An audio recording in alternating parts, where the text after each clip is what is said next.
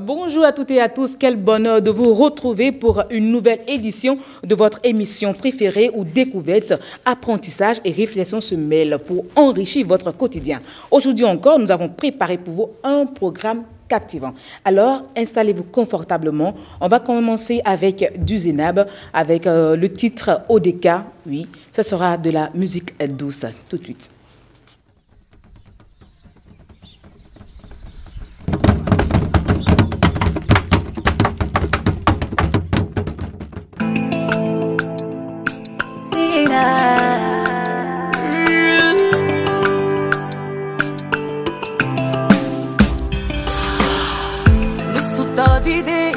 Tovide amessia menastro nulle naviago magnifica kuna usheri sofia sogni mava ogni vide da ovide miladi glede viola subo atala tu sinami coco sofia sogni mava lo so che pognono noia e dabe do no la yali ci fa no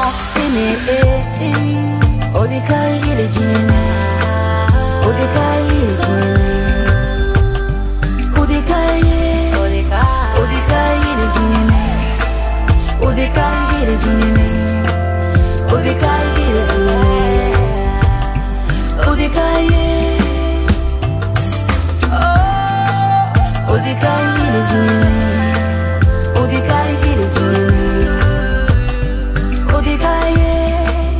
Odekai le jineme, Odekai le jineme, Odekai le jineme, Odekai.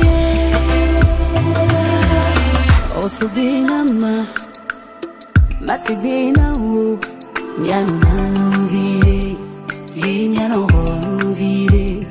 Bebembe, osubinama, nyamo subina wo, banazano vide. Imiano volubirela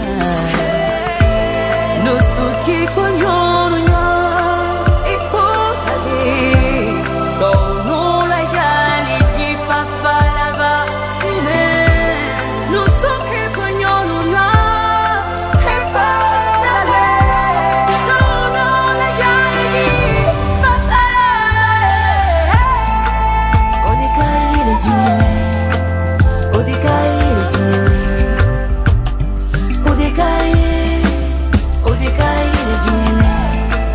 Odekai le jineme, Odekai le jineme, baby, Odekai le jineme, Odekai le jineme, Odekai le jineme, Odekai le jineme, Odekai le jineme, Odekai Carlos d'un coup à ton beat fait que ma pride if it's try to stop my shine bass Richie Kingston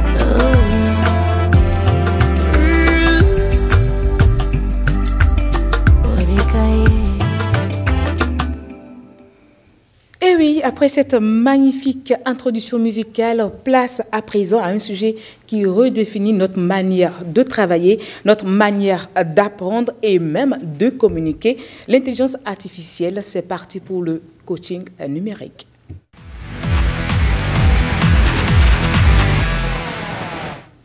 Et oui, dans le coaching numérique, aujourd'hui, nous parlons des opportunités incroyables pour ces jeunes étudiants qui, pour se faire de l'argent à travers l'application ChatGPT. Et nous allons parler avec notre charmante digitaliste Bénédicte Lovi. Mais avant qu'on ne lui passe la parole, je vais vous présenter toutes ces personnes sur ce plateau. Nous avons Léon Soudé, notre expert en production agricole, également formateur. Ouais. Comment ça va? Ça va très bien. La semaine passée, on a commencé avec le maïs, on a poursuivi tout à l'heure toujours dans le maïs. Évidemment. À côté de vous, il y a une très belle dame que les téléspectateurs connaissent sûrement. Oui, ils vont sûrement la reconnaître. Mais aujourd'hui, Elle ne parle pas du Bachelor, de l'émission The Bachelor, saison 3, non. On va déposer ça quelque part et parler de son lien avec le body shaming. Ça sera dans quelques minutes dans le débat. Mais avant ça, quelques autres invités vont nous rejoindre. Sûrement la psychologue ici, elle est là, attends, elle pourra venir. Mais avant, écoutons ce que notre digitaliste a proposé aux téléspectateurs, a proposé aux jeunes étudiants pour se faire de l'argent. Alors, on parle aujourd'hui du chat GTP. Oui, GPT. Dites-nous comment on utilise cette application. Alors, d'abord, ChatGPT est un carrefour, je vais dire, pour l'utilisation de tous les outils d'IA que nous connaissons. Mais là, on va commencer par... Un carrefour, ça veut dire que dans tous les outils IA que nous utilisons, forcément, on l'utilise à un moment donné, c'est ça? En fait, ça veut dire que ça peut nous aider en fait à mieux utiliser tous les autres outils d'IA qui existent. Ok, donc si j'ai un souci par rapport à une application ou je lui demande comment on utilise par exemple WhatsApp, comment on utilise tel logiciel. Exactement. Il me répond à tout. Oui, à tout. Alors, donc, même quand je lui dis comment je vais aux toilettes, il me dit... Bien sûr, en fait, il vous dit genre, quelle est votre position, vous pouvez marcher tout droit, ouvrir la porte et tout. Il faut forcément que j'utilise l'application, parce que s'il dit tout là, il faut que je lui demande tout. Ouais, en vrai, par exemple, si vous êtes sur une appli que vous ne savez pas forcément utiliser, ou bien vous recherchez une fonctionnalité, il suffit juste de faire la capture d'écran, de lui donner, de lui dire, je veux faire telle chose, où est-ce que je clique? Alors ça, on dit, clique à tel, en fait, puisque ça voit la capture d'écran, ça dit peut-être clique à gauche, à droite, tu vas voir si ensuite tu vas cliquer sur ça. Mais c'est souvent des applications connues, hein, c'est bien ça, ou bien il connaît tout. Forcément, chat connaît tout, en vrai. Bon, Léon, dites-nous, vous avez fait l'expérience avec ChatGPT une fois, c'était comment? Plusieurs fois, je l'ai fait plusieurs fois, mais c'est juste pour appuyer ce qu'elle vient de dire, c'est du wow quand même. Donc, même pour les subventions, pour déposer des dossiers, des partenariats, on passe également, on peut également passer par là, c'est ça? Oui, parfois vous avez des trucs à postuler, et vous lui demandez ça, il vous sort tout le canevas, ce qui est à faire. Mais seulement que les... Voilà. Bon. C'est seulement les informations personnelles que vous continuez. Ça veut dire que, vous complétez. Il y a Eunice qui est aussi là, Biodafia. Dites-nous, vous avez également fait l'expérience du ChatGPT? Alors moi, c'est la première fois que j'entends parler de ça. Moi, il y a une comme moi. Sinon, je serais seule sur ce plateau de ne pas l'utiliser quand même. C'est une découverte, quoi. Ok. Alors, en fait, nous devons mieux découvrir l'application. Parce qu'il faut que j'y aille ce soir, il faut que je commence déjà ça. Ok, d'accord. Comme je dis, ChatGPT, c'est une intelligence artificielle générative.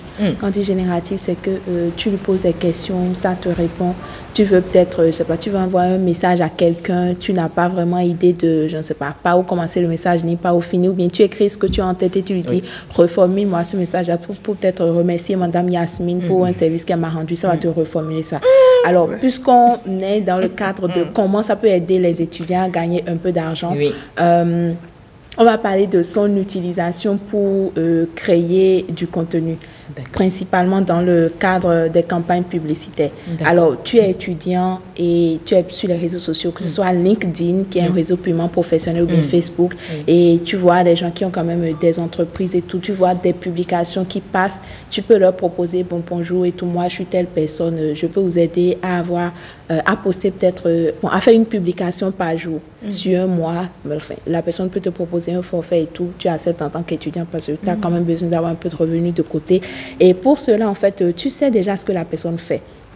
Alors, pour ChatGPT, tu peux par exemple copier le lien de la page Facebook de la personne dans ton chat et tu lui dis, je veux aider telle entreprise à créer du contenu publicitaire. Attendez, aussi facilement. Sérieux?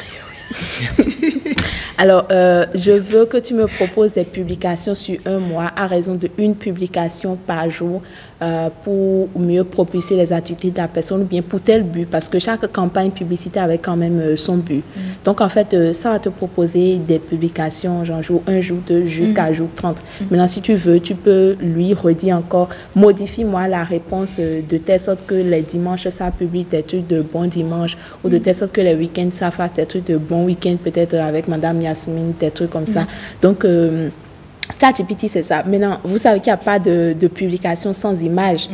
Et enfin, si tu veux accompagner les publications d'une image, par exemple, et que tu n'es pas peut-être très bon avec Canva, tu peux lui dire, je veux une image pour peut-être matérialiser un moment de 4 personnes sur un plateau télé. Mais je ne suis pas bon dans Canva, alors propose-moi une disposition des éléments sur l'image. Alors, Chat peut te dire, il faut mettre telle image au milieu, il faut, comment dire, il faut peut-être écrire, je ne sais pas, émission télé en haut, à droite, ici. Ça peut tout te décrire maintenant. Si tu veux... C'était comme ça, vraiment? Oui, c'est comme ça. Hein. C'est comme ça. Alors, comme ça. si tu veux, par exemple, je ne sais pas, une représentation, ça peut te générer l'image. Et voilà. Donc, en fait, il n'y a que la version, en fait, il n'y a qu'avec la version payante qu'on peut générer beaucoup d'images. Mais même déjà avec la version gratuite, en fait, tu peux lui demander de te générer une image super cool, super jolie. Mais avec une version payante, ça va jusqu'à combien, en fait, si on doit payer C'est environ 12 000 francs le mois. Ouais. Et on a tout. On a tout. Il y a même GPT Store qui est là. Et en fait, quand tu entres, il y a ChatGPT, sa configuration. En fait, quand il y a en haut, quelque part là, à gauche, à droite, à gauche, voilà, en haut, il y a GPT Store. Alors, dans GPT Store, en fait, il y a beaucoup de GPT qui sont là. Genre, c'est pas Humanize Pro, genre, tu as une publication, tu veux rendre ça humain, des trucs comme ça. Et dans GPT Store, également, justement, il y a une vidéo dont on a parlé la dernière fois pour générer des vidéos publicitaires et tout. Donc, quand tu as un abonnement, en fait, tu as accès à plusieurs GPT. Et même sans abonnement, en fait, tu peux créer ton propre GPT. Je suppose que, j'en fais, si moi, j'étais journaliste et que je fais souvent des émissions télé et que j'ai besoin d'inspiration, je peux créer mon propre GPT. Alors, juste en haut, là, il y a créer son propre GPT. Tu cliques dessus et ça te demande, en fait, pour, genre, ce que tu veux que... ce GPT-là te fasse. Donc, tu peux dire, voilà, je veux uniquement préparer mes émissions avec. Et tu mets ta présentation, je suis telle personne et toutes les informations que tu as sur toi-même. Je ne sais pas si tu as peut-être des liens Facebook, LinkedIn et tout, tu lui donnes les liens. Oui. Mais quand l'étudiant le fait, ça veut dire qu'il a, par exemple, tout ce qu'il y a comme mot de passe de celui qui... Ah non. En fait, tu as fait la publication sur un réseau social, donc c'est ouvert au public. Tant que c'est pas private et que c'est public, c'est que genre, tout le monde peut aller voir et Chat aussi peut aller voir. Et ce que moi j'aime bien dans l'utilisation de ChatGPT, en fait, c'est que ça s'adapte très vite à celui qui l'utilise. Genre, si tu l'utilises pendant un moment, je suppose même déjà 3 semaines, en fait, si tu lui poses des questions après, ça te répond, genre... Il sait exactement, comment où est-ce que vous allez, qu'est-ce que vous voulez, qu'est-ce que vous demandez réellement, dans quel domaine vous travaillez. Il anticipe en fait. Il anticipe, merci beaucoup. Et maintenant, si par exemple, tu viens lui poser une question dans un autre cadre, je suppose que je lui pose souvent des questions peut-être en tant que journaliste. Un jour, je veux lui poser une question peut-être en tant qu'influenceur. En tant que digitaliste. Ok, d'accord. En tant que digitaliste, c'est qu'un jour, je veux lui poser une question en tant que journaliste, par exemple. J'ai l'obligation de lui préciser, aujourd'hui, je ne te parle pas en tant que digitaliste, mais en tant que journaliste. Et ça dit, OK, vas-y pour les questions. Voilà. Je crois qu'il faut essayer. Il faut déjà... essayer. Comment le faire? C'est aller dans son Play Store ou... Ah, bon, enfin, Play Store, ça, c'est l'application mobile. Même la version en ligne, vous allez juste dans Chrome, vous tapez ChatGPT et voilà quoi. Ça vient.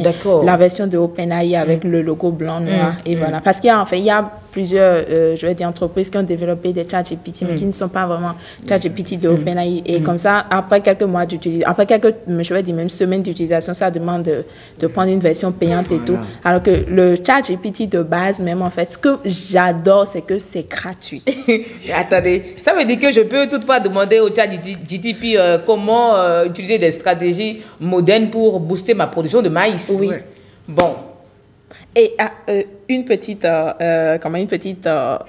précision. Voilà, une petite précision. Si par exemple tu vois déjà de grosses entreprises en ligne qui font de la production de maïs et qui postent peut-être ce qu'ils font sur YouTube ou des trucs comme ça, tu peux lui dire que tu veux que ça en fait tire des leçons de ces producteurs-là et tu lui donnes en fait les liens de leur chaîne YouTube ou je sais pas, de leur page et tout. Comme ça ira voir en fait depuis la base, depuis qu'ils ont commencé à publier, c'est quoi leur histoire, c'est quoi ce qu'ils ont fait, ça te répond exactement par rapport à ça. L'intelligence artificielle. Je veux bien demander si ça n'a pas de revers, mais parce que c'est tellement beau que je me dis, ça n'a pas de revers. Non, en vrai, genre, c'est beau et pour son utilisation, en fait, il faut tout simplement bien savoir l'utiliser. J'ai parlé tout à l'heure des campagnes publicitaires. Vous savez, ChatGPT, par exemple, ça a une signature. Pour toutes les publications, ça donne généralement un titre. Si, par exemple, je sais pas, je fais une publication sur un truc du digital, d'accord, sur peut-être comment sécuriser mon téléphone. Le titre que ça met, c'est comment sécuriser ton téléphone, d'accord, en tant que digitaliste, par exemple. Ce titre-là, le comment, le C est en grand caractère, le S est en grand caractère, son téléphone. Le S encore, comment sécuriser son, voilà. En fait, genre, tout est en grand caractère. Et si toi, tu copies, tu colles ça, quelqu'un qui l'utilise tout le temps, en fait, ça, c'est une signature de chat. Donc, en fait, tu n'as juste on a la qu'à suite pour savoir tous ceux qui utilisent ChatGPT, là. On a l'astuce pour vous reconnaître. Donc, en fait, tu n'as qu'à reformuler. Et après, moi, je pense que ça a fait quand même gagner beaucoup de temps. Et même pour l'utilisation des autres IA, je suppose que tu veux peut-être générer une vidéo sur peut-être un micro que tu vends. Tu peux lui demander, genre, et la vidéo, tu veux la générer sur une vidéo. C'est pas ChatGPT. Mais tu peux lui demander, en fait, de te proposer un prompt bien précis pour que tu génères une vidéo. Là, ça te propose le prompt, tu copies, tu colles. Bénédicte Lové, merci. Je crois que j'irai à votre école. On va faire des cours sur des cours, parce que je suis une élève. Avec plaisir. Bon, on va voir si ChatGPT est toujours là, mais bon, c'est pas là. Il vaut mieux que nous-mêmes on aille avec Léon pour nous donner des... Mais est-ce que vous avez pu tirer des... Ça vous intéresse, ça vous a dit, quand vous avez suivi le développement? Beaucoup. Vous voyez que, en tant qu'entrepreneur, c'est vraiment utile ou bien? Surtout quelqu'un qui est sur les réseaux, franchement, je pense que je vais le télécharger dès que je rentre. Il faut échanger avec elle parce que là, il ne faut pas laisser Bénédicte. Elle vient ici, elle nous donne les astuces, c'est pas là. Aujourd'hui, là. On est scotché. Soyez encore scotchés avec nous, fidèles téléspectateurs, parce que à présent, nous allons parler du maïs. C'est dans sa pousse.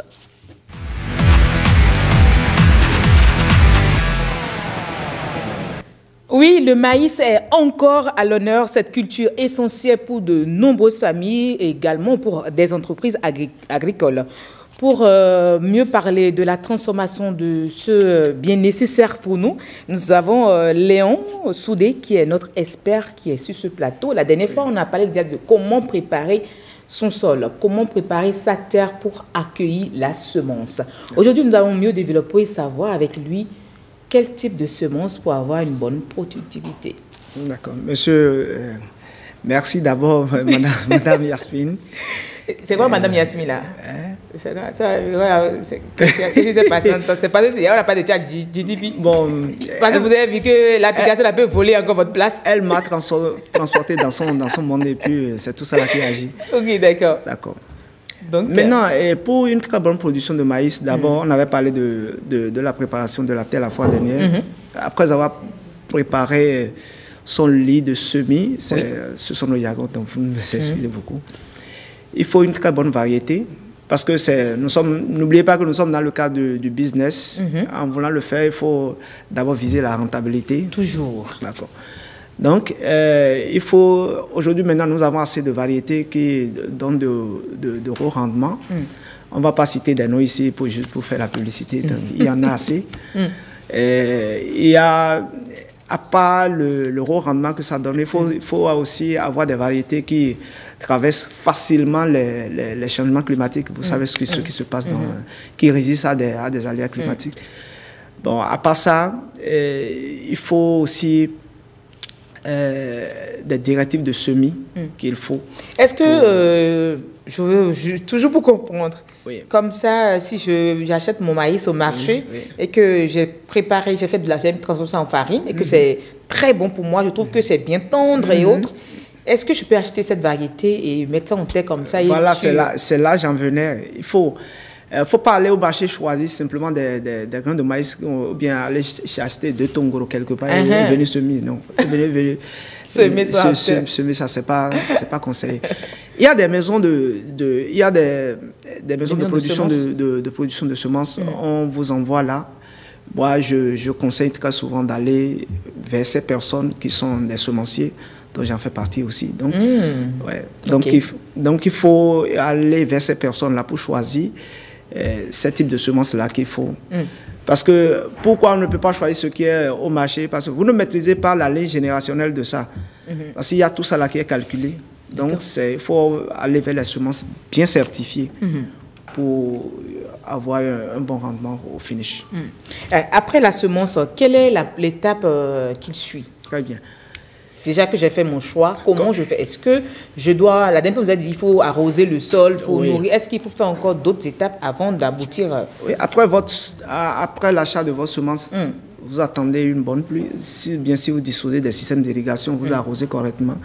Et puis vous semez comme il le faut.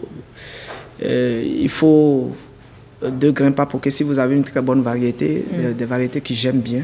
2 grains par... 2 grains par poquet. D'accord, les trous là. Donc, 2 grains. Oui, à raison de... Est-ce qu'on met beaucoup? Non, c'est pas bien. Ok, d'accord. C'est pas bien. À raison des écarts où vous respectez, très souvent, nous prenons 80 entre les... Peut-être que si on mettait beaucoup, on aurait beaucoup. Non, c'est pas ça.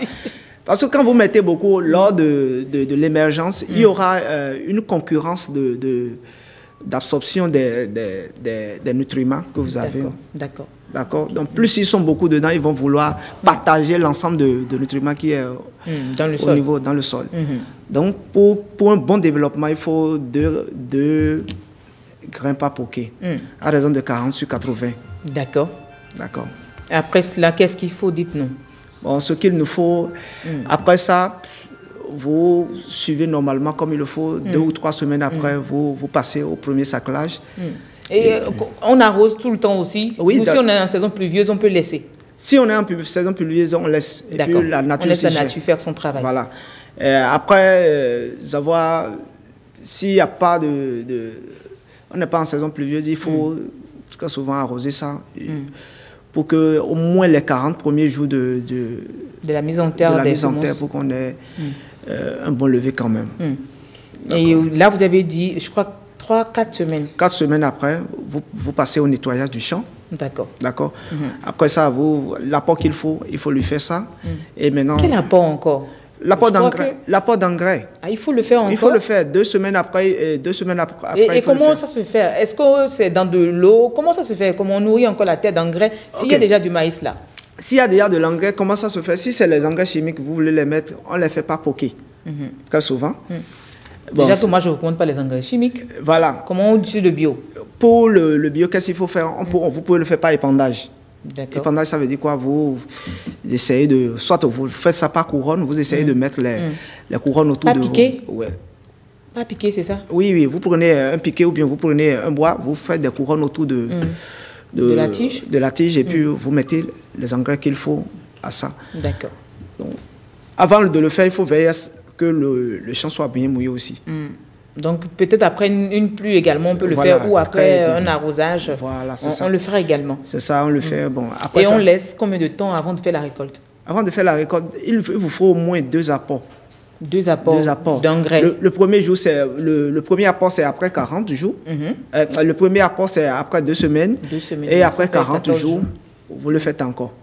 D'accord. Donc ça fait, on sait qu'en 4 jours déjà, un peu moins de 2 mois, pardon. Entre 45 jours.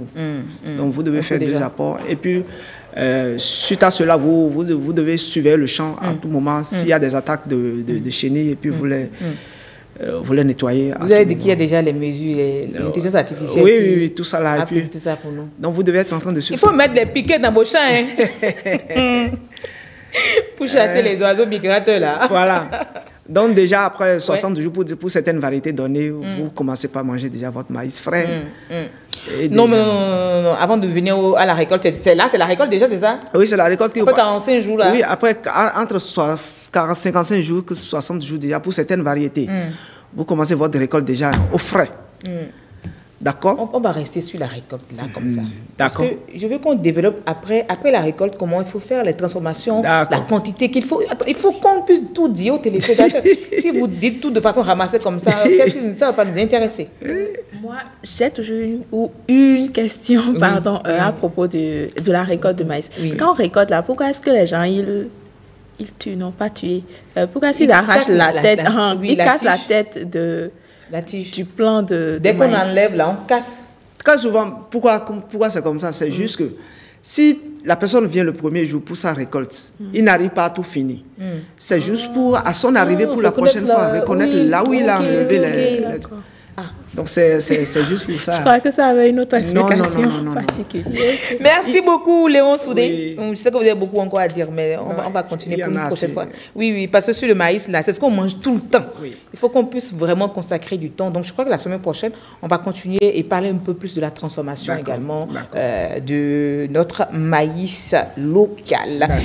Alors, à présent, je crois que c'est plutôt Bénédicte Lovy qu'on va remercier pour laisser place à notre psychologue pour monter au plateau afin de mieux conduire les débats. Parce que je vous chasse, je veux bien que vous restiez, mais si vous restez là, vous n'allez pas nous arranger, c'est mieux.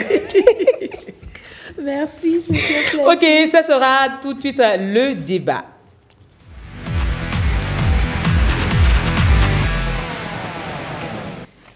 Et comme je vous l'ai dit, aujourd'hui, nous allons parler de body shaming. Oui, nous avons ce phénomène malheureusement répandu qui touche beaucoup de personnes et peut laisser des séquelles profondes. Oui. Pourquoi cette pratique existe-t-elle? Comment y faire face et se reconstruire? C'est ce dont il est question. J'ai des invités sur ce plateau qui vont nous en parler, qui vont nous entretenir dessus. Nous avons notre psychologue qui est sur ce plateau, Mekwe Senami Fleur. Bonjour, comment vous portez? Bonjour madame, je vais bien. Charmante dame. Alors, sur ce plateau, celle que vous avez déjà vue, c'est Eunice Biodafia, notre entrepreneur, qui va nous entretenir sur son expérience sur le body shaming. Elle en a parlé sur les réseaux sociaux. Aujourd'hui, elle est sur ce plateau pour nous dire un peu. Alors, racontez-nous un peu comment vous avez eu cette expérience avec le body shaming. Alors, bonjour madame. Alors, avec le body shaming, moi, ça a été par rapport à ma taille. Donc, comme vous le savez tous sur l'émission Bachelor, j'étais en face d'un homme qui était assez grand, quand même. Donc, à chaque fois que je faisais mon apparition près de lui, tout le monde me disait sur les réseaux sociaux, dans les commentaires, « Ah, elle est trop petite pour lui. Normalement, il a besoin d'une femme qui est un peu plus imposante qu'elle. » Donc, en fait, ce sont des choses qu'au début, moi, je n'ai pas vu venir. Je me suis dit, je suis bien comme ça parce que dans la vie de tous les jours, je suis quelqu'un qui a assez confiance en elle quand même. Donc, voir des gens me dénigrer par rapport à ma corpulence, c'était assez surprenant. Au début, je ne prêtais pas attention.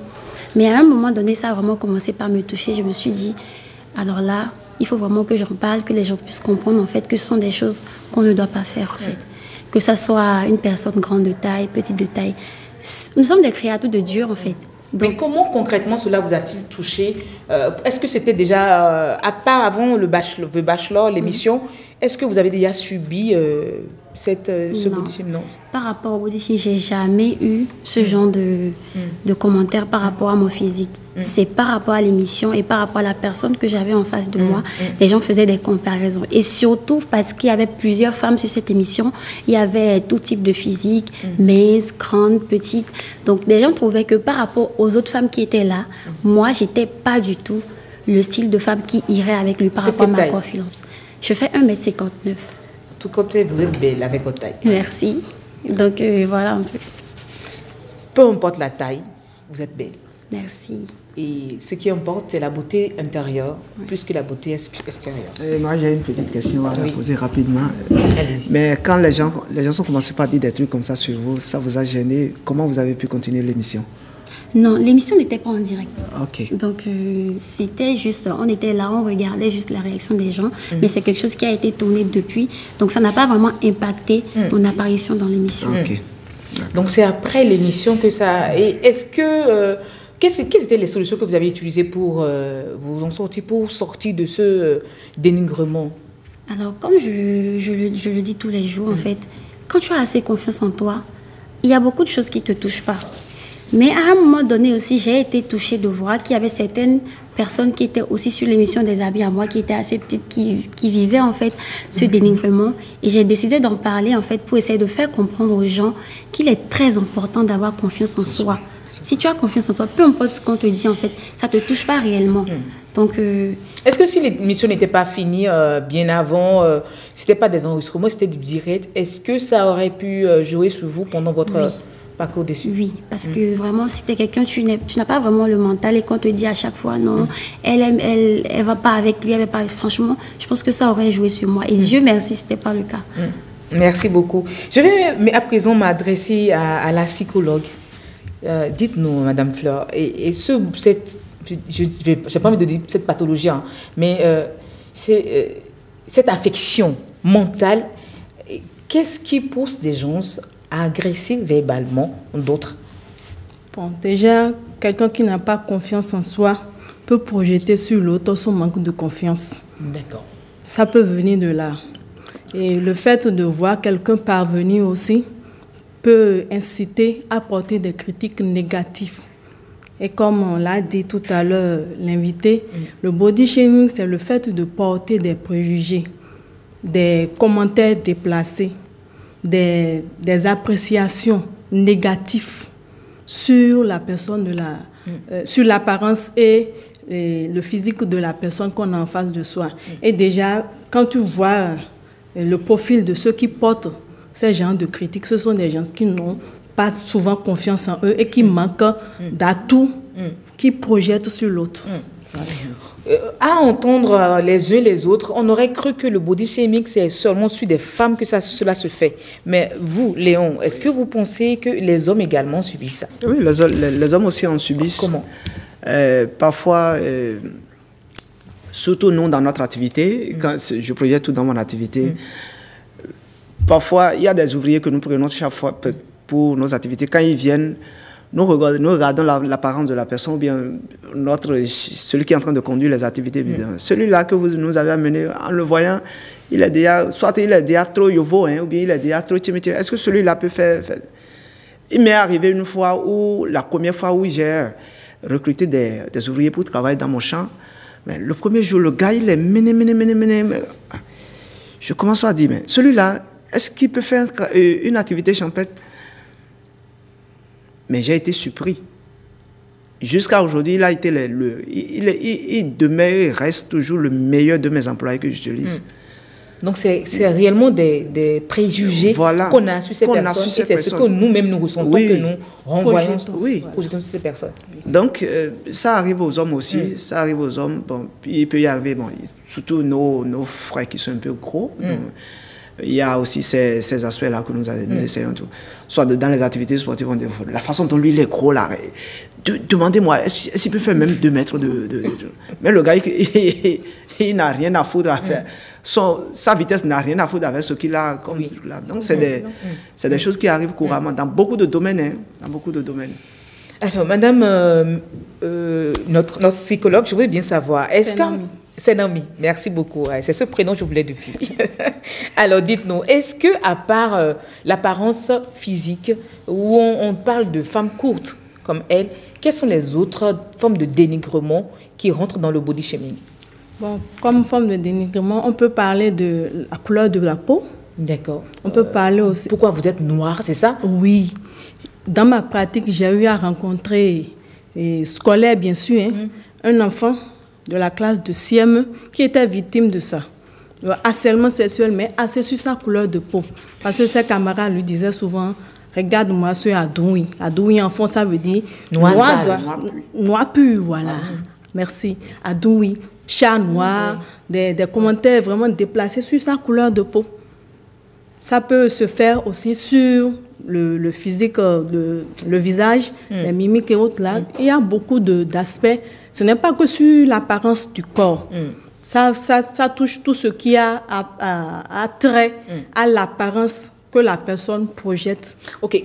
Pour nuancer, est-ce que quand je suis peut-être... j'ai une forme généreuse et que je suis devant mon assiette et que je veux manger, on me dit ah mais tu veux manger ça avec ta forme là, avec ton poids là, tu veux encore manger ça. Est-ce que c'est une manière de dénigrer? Est-ce que c'est du body, ça rentre dans du body shaming également? Toutefois que ça touche l'estime de la personne. Comme elle a dit tout à l'heure, quand l'estime est touchée, c'est du body shaming. Alors, comment il fait face? Elle, au moins, c'est parce qu'elle a dit qu'elle a un rôle mental qu'elle a su s'en sortir. Comment s'en sortir face à... Surtout quand c'est un enfant. Elle est déjà adulte. Elle sait déjà petite, elle a su avoir cette confiance en elle-même. Pour ces personnes qui sont encore... petites et qui n'ont pas encore le libre arbitre, comment s'en sortir? Comment un enfant de CM2 peut s'en sortir face à ça? CM1, il était au CM1. Voilà. Le travail qu'on a pu faire sur lui, parce que je vais partir de ce cas pratique, c'est de lui montrer les qualités, la valeur ajoutée que sa peau a face aux autres. Parce que ceux qui, j'ai dit auparavant que c'est souvent ce qu'on ressent en nous-mêmes, qu'on projette sur les autres.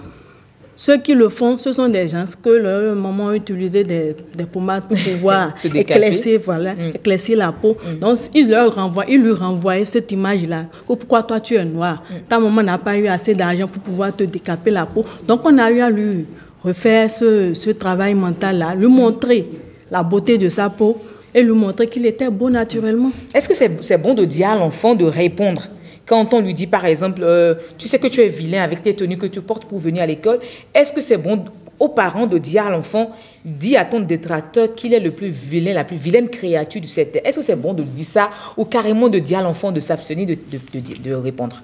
Pas lui dire qu'il est le plus vilain des personnes, mais lui dire, je m'accepte dans ma peau, je m'accepte tel que je suis. D'accord. Et si toi, tu me renvoies cette image, c'est peut-être parce que toi, tu n'as pas confiance en toi. Tu ne t'estimes pas. Moi, je m'estime. Je m'accepte. J'ai des valeurs. Lui montrer en face qu'on n'adhère pas à ces critiques négatives. Alors, vous, mais qu'on est fier de soi. Oui. Eunice, oui, avant de venir à vous, Léon, Eunice, comment vous avez pu le faire sur les réseaux, affronter vos détracteurs et leur montrer que vous vous acceptez avec votre taille, quel que soit le mari que vous avez en face de vous, s'il est lancé, s'il est court. Comment vous avez pu montrer à votre détracteur que c'est bon, quoi, ça ne vous dit rien? Alors pour moi, la meilleure façon de faire face à ça, ce n'est pas de répondre en disant, par exemple, toi tu t'es regardé, tu vois comment tu es vilain, et c'est toi qui parles de moi. Moi, pour moi, la meilleure façon de répondre à ce genre de choses, c'est peut-être, si tu as envie de t'exprimer, dire à la personne, tu sais, ce que tu fais, ça ne se fait pas. Ça peut m'amener en fait à perdre confiance en moi, et tout le monde n'a pas ce mental-là, et de leur faire comprendre en fait que ça touche réellement. Donc par cette façon-là, il y en a qui peuvent se remettre en question et comprendre que ce sont des choses à ne pas faire. De la même façon que tu ne peux pas croiser quelqu'un dans la rue et lui dire toi tu es vilain, tu ne devrais pas avoir aussi le droit d'aller sur les réseaux sociaux et de commenter sur des pages et en disant que toi tu es ci, tu es ça. Donc moi je pense que la meilleure façon... Sur les réseaux, vous avez répondu à tout ça comment? Juste après la vidéo, ou il y a eu d'autres activités, d'autres actions pour faire face? Il y a eu beaucoup d'autres choses, beaucoup d'autres réactions, mais moi je n'ai jamais répondu à ce genre de commentaires. Par exemple, où on dit que je suis courte. Je n'ai jamais répondu. J'ai juste après l'émission essayé de faire une vidéo pour faire comprendre aux gens que ce sont des choses à ne pas faire et qui peuvent amener ces personnes-là qui subissent à être en dépression en fait. Donc, essayez tout simplement de faire comprendre sans insulter, dénigrer. Justement, l'un des revers du body shaming, c'est-à-dire la dépression. Et quels sont les autres revers qu'on peut avoir? On peut avoir des troubles alimentaires, des troubles de comportement. C'est-à-dire, comme vous l'avez dit auparavant, quelqu'un qui a déjà une certaine masse corporelle. Et il se trouve devant un plat. Et on lui dit, mais avec tout ton poids là, tu veux manger? Il peut commencer par intérioriser cela. Ne pas manger. Et ne pas manger, commencer par avoir des troubles alimentaires, aller jusqu'à l'anorexie, des troubles de comportement, savoir. Et quand je reviens encore à l'exemple de l'enfant qui était dénigré par rapport à sa couleur de peau, ça peut l'amener plus tard à se décaper. Oui. Et même à ne plus vouloir aller à l'école, justement. Oui, renoncer à l'école, mais on ne comprendra jamais. L'enfant ne vous dira jamais, peut-être, c'est pour ça que je veux quitter l'école, mais vous dira, non, je ne veux plus, je connais. Or, en fait, ce qui cache, c'est que c'est ses amis qui étaient méchants avec eux. Vous voulez dire tout à l'heure? Oui, c'était juste pour poser une question à notre psychologue. Très vite, parce qu'on a fini là. Ok. C'est par rapport à nos frères ou bien nos sœurs, vous m'excusez le terme, les albinos. Vous avez eu déjà une fois à avoir, parce que c'est des gens qui sont... des patients. C'est des gens qui sont parfois dénigrés ou bien qui sont écartés des choses de la vie parfois. Vous avez déjà eu à traiter ces cas-là une fois? Bon, dans ma pratique, non, malheureusement. Mais il faut d'abord expliquer à la personne que c'est une anomalie qui est due à un facteur génétique. faut déjà partir de la base, de là où on accentue le plus la critique, pour pouvoir valoriser ce point négatif que l'autre a retrouvé chez la personne. Mais je n'ai pas eu l'expérience des D'accord. albinos. Alors, un message très rapidement pour finir, un message à l'endroit de ces personnes qui subissent le dénigrement. Je dirais qu'il faut s'accepter dans sa singularité, dans ce monde de diversité. Vous, Eunice, qu'est-ce que vous dites à cette personne comme vous qui subissent tous les jours sur les réseaux ou même dans la vie active? Ce que moi je pourrais leur dire, c'est de toujours pratiquer le body positif, savoir en fait qu'on est belle, en fait peu importe ce qu'on te dit, tu t'acceptes comme tu es et ça va quoi. Et ça va, Léon, vous? C'est juste pour appuyer ce qu'elle vient de dire. Dieu nous a créés différemment et chacun est chacun. Je ne peux jamais être Yasmine. Yasmine ne peut jamais être Madame Senami ni Eunice. Donc je suis tel que je suis, unique en son genre, en tout. Merci beaucoup, Léon. C'est sur vos mots qu'on va dire à nos téléspectateurs. Oui, chacun est unique, chacun est appelé à accepter l'autre telle qu'elle est. C'est pas besoin de critiquer, pas besoin d'aller...